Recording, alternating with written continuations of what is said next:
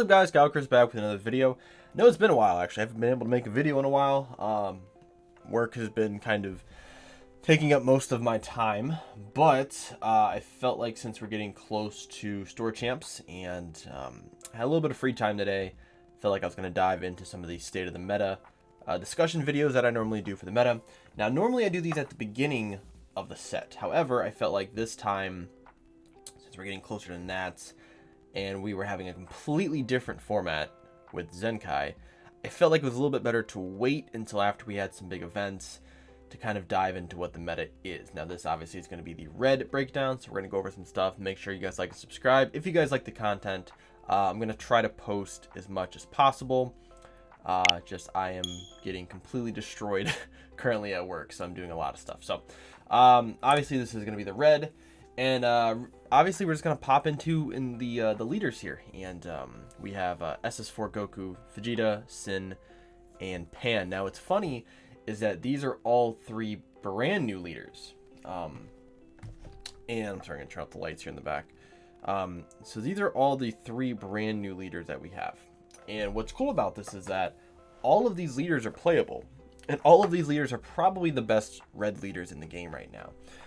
Some would argue that these are some of the best leaders overall in the game, and there's a lot of stats to back that up. Currently, I believe red holds over 75 or 80% of top placings in overall. I think it's like 75% or close to 75% overall in big events that we've had both in EU and North America, at least from the data that we have. Primarily SS4 and Sin. Now, Pan has also been able to hold its own, and we're going to kind of break that down as we go into each leader.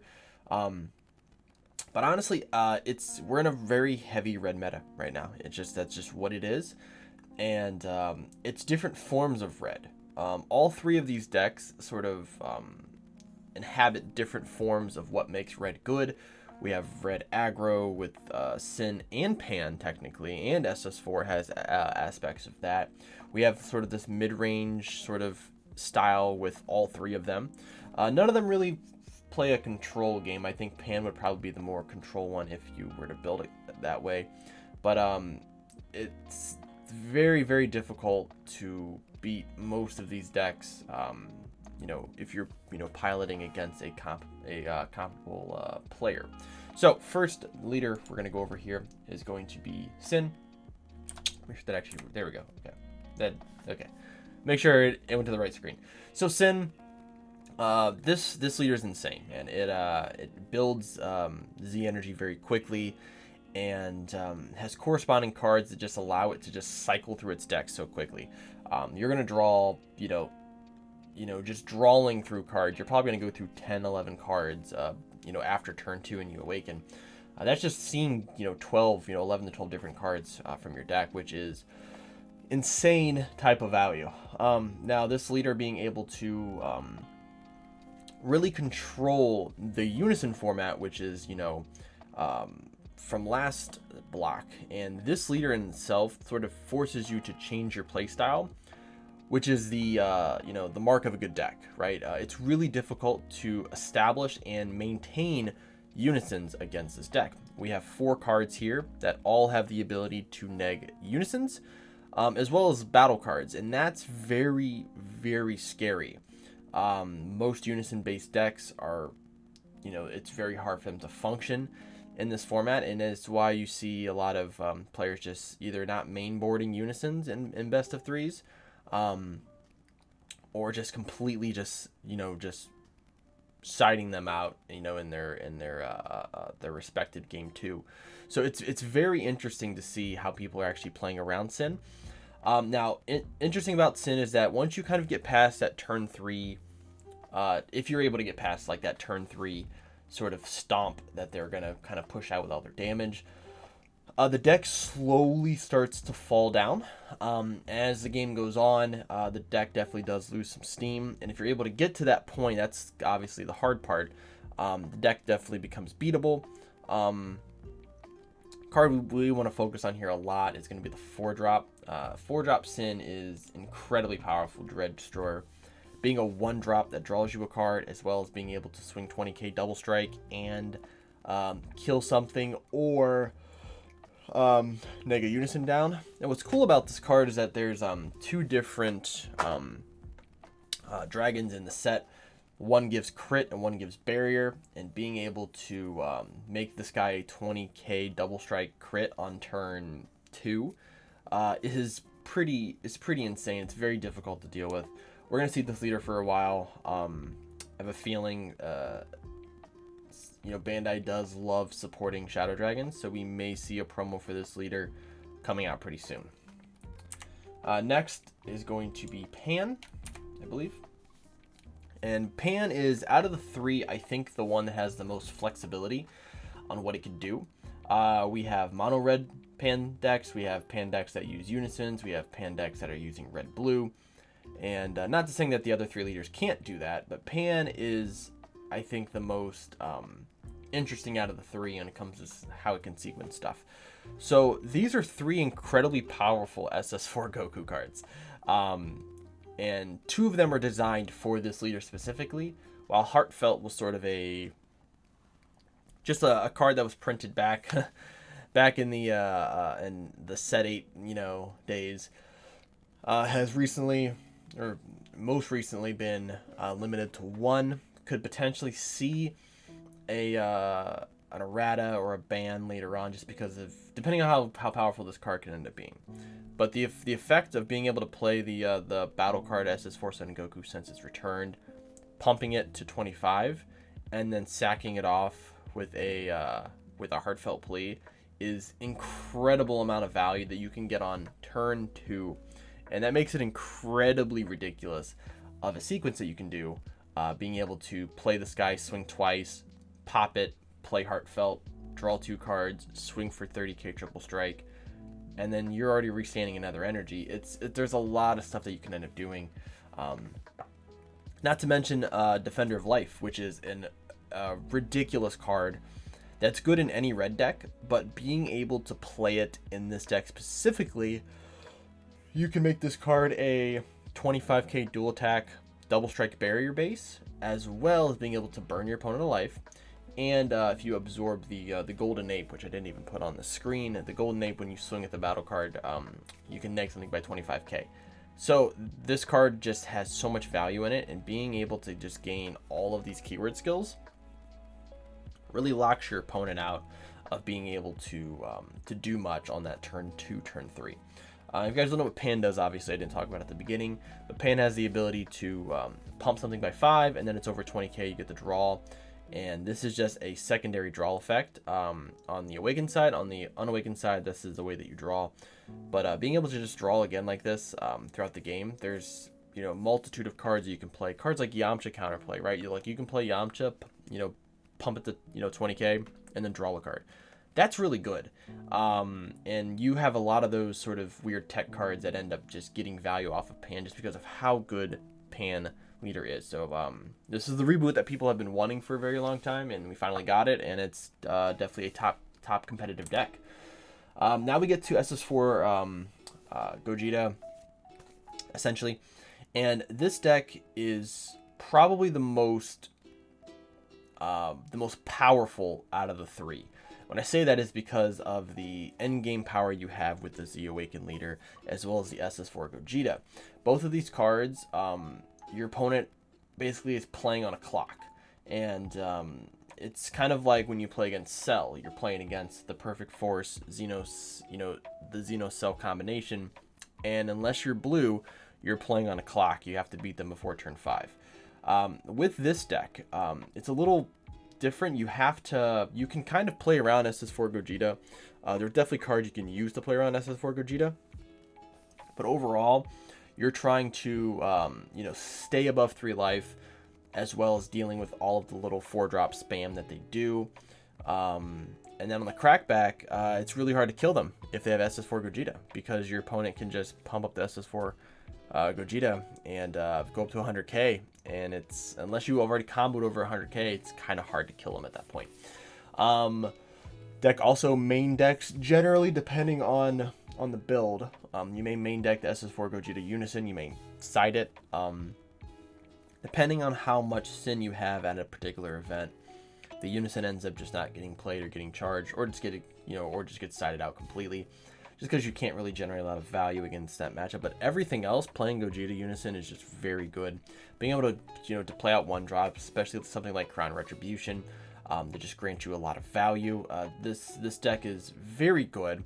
I think it's a slight step down from where Sin is power level wise, just in the format.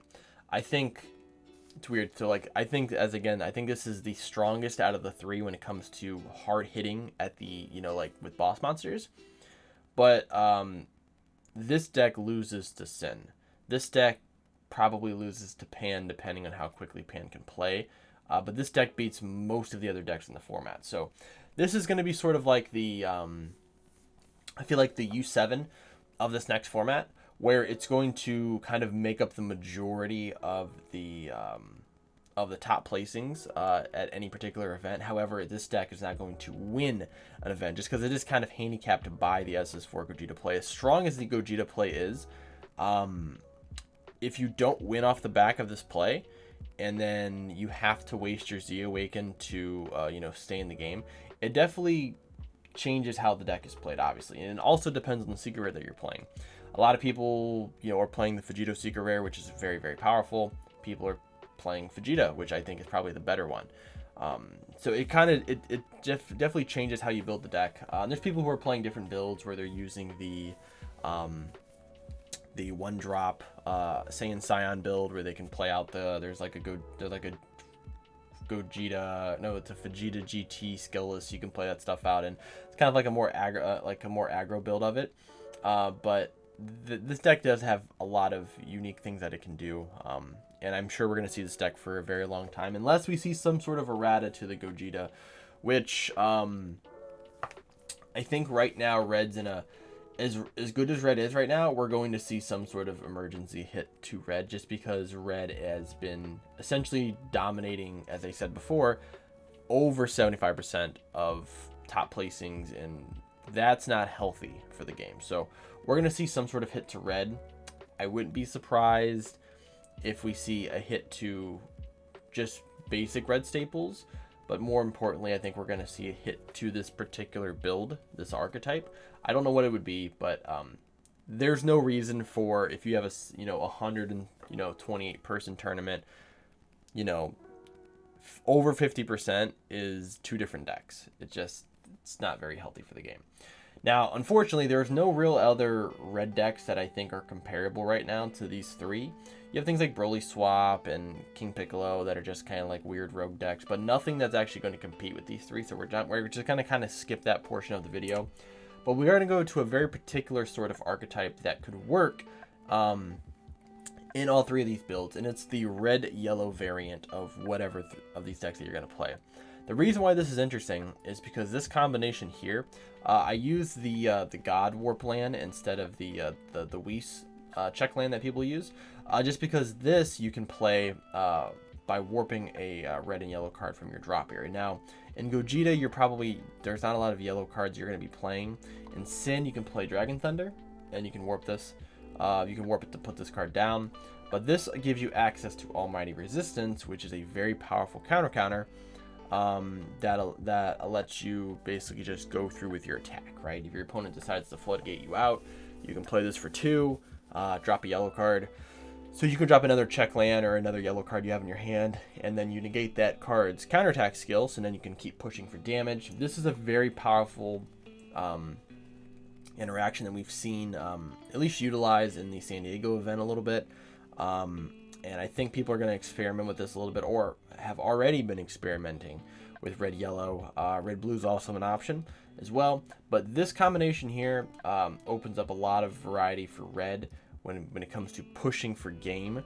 It's almost like a cooler play, right? And that's something where Red has the ability of playing stuff out for so cheap.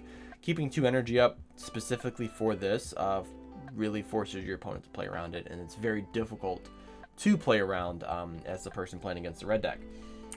Now, a few red cards that I want you guys to keep in mind. I'm going to try to skip a lot of the ones that people are already playing and teching. But these 3 cards here are very good.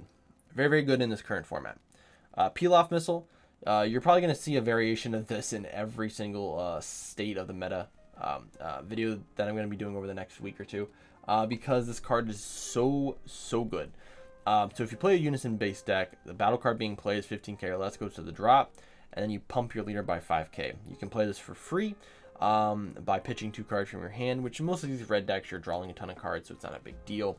This allows you to stop floodgates. It also allows you to stop something being played that's 15k, but also pumping your leader by 5k for basically pitching 2 cards is not too bad. Forces your opponent to waste more cards from their hand. Trunks Deluge of Power. So this card is really good. There's a variation of this for the 4 main colors that are not black. You can pump a battle card by an extra 5k for the combo, essentially making this a Supreme Kai super combo, like a pseudo super combo for battle cards only. As I said, every color has one of these. But this is also very good too because it is a Saiyan, so it's searchable in the Gogeta deck. Also searchable, I believe, in the maybe searchable in the Pan deck. I know that it searches out Saiyans only, or one of the cards searches out Saiyans only. But this is a really good card just to think about teching or even main decking if you're playing more of an aggro build. Just being able to pump a card by 10k, especially if it already has crit or double strike on it. It's very good. Also works on the Z battle cards as well. So it can work on Vegeta, works on Goku. You know, there you go. It's a very good tech card. And because of how much red is going on in the format right now, Topo has become kind of resurged in power level. Now, why Topo is good is because this card cannot be hit by Resolve Renewed because it's a 20k, not a 15k. And a lot of red decks don't want to swing through a Topo. Now you could say, well, they're going to crown, but most red decks, unless Topo becomes very popular, they're probably going to end up siding out their crowns. It just doesn't seem as powerful because you have other cards like Imposing Presence and Violent Rays and things like that. But Topo, if Topo hits, Topo is going to be very good, and it is very difficult to play through in the red matchup. In other matchups, maybe not so much. Green has some answers for it, so does yellow, so does... mainly green and blue have very good answers to Topo. Red doesn't really play a lot of them. There's cards like Omen of Awakening that we've already seen, which I was going to talk about, but it's already been talked about, you know, kind of beaten to death already as a good tech card for Sin. But that's kind of some of the better tech cards that are not really being utilized right now in the format for red. So that's what I have for you guys today. Hopefully you guys enjoyed the video. Make sure you guys like and subscribe if you did. Let me know what you guys think of red in general. If you guys think it needs to be nerfed at all. If you guys think it's okay where it's at. You know, let's have a discussion down below in the comments. So thank you guys for watching, and I will see you guys in the next video.